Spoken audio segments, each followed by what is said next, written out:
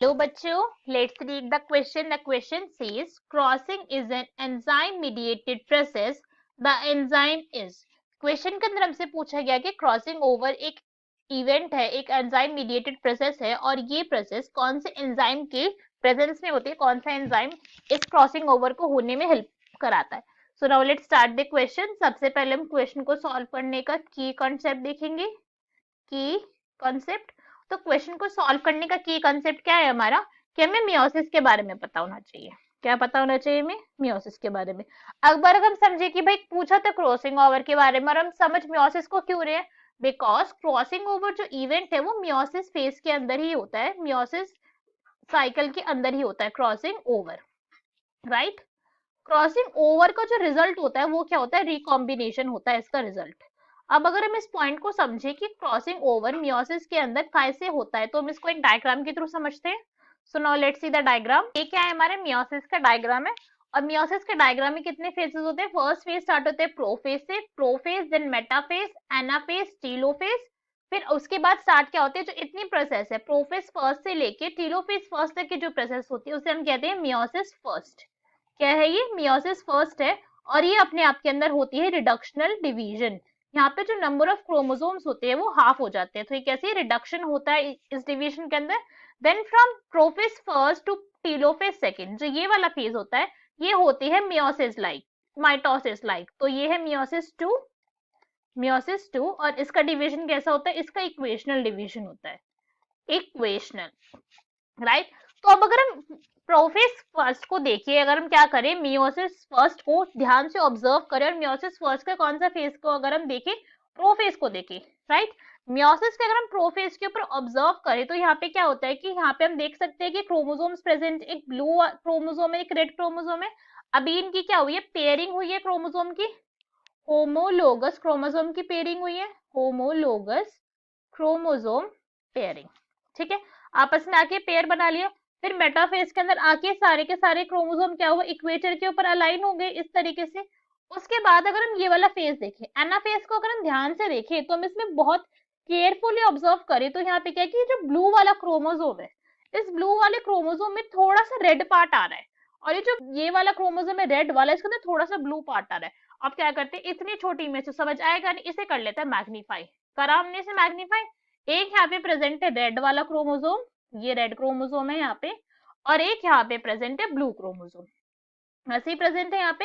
इस तरीके से दोनों क्रोमोसोम प्रेजेंट है, इन दोनों के पास अपने अपने प्रेजेंट है सेंट्रोमियर, सेंट्रोसोम, सब कुछ प्रेजेंट है.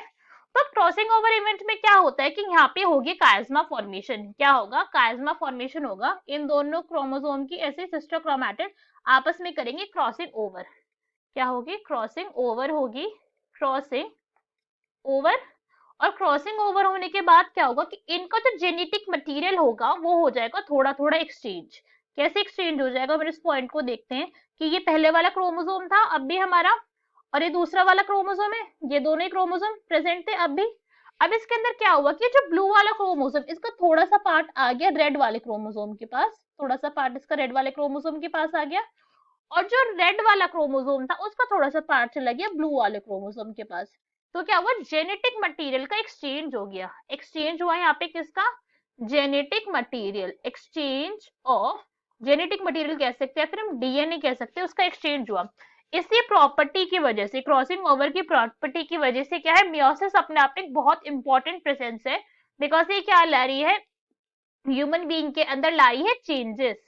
क्या ला रही है? चेंजेस ला रही है, रिकॉम्बिनेशन ला रही है, जिसकी वजह से हम क्या देखते हैं कि कोई भी ह्यूमन बीइंग आपस में एकदम सिमिलर फेसेस के नहीं होते. ट्विंस की बात अगर हम करें वो एक एक्सेप्शन हो जाता है, बट नॉर्मली हर किसी का डीएनए कैसा है? ऑलमोस्ट सिमिलर होता है. 99.99% सबका डीएनए कैसा है?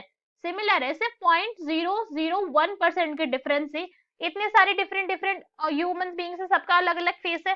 तो ये जो इतना सा चेंज आ रहा है, ये चेंज का मेन कॉज क्या है? इस चेंज का मेन कॉज है क्रॉसिंग ओवर. क्रॉसिंग ओवर के और भी बेनिफिट्स होते हैं, जैसे म्यूटेशन लाता है ये.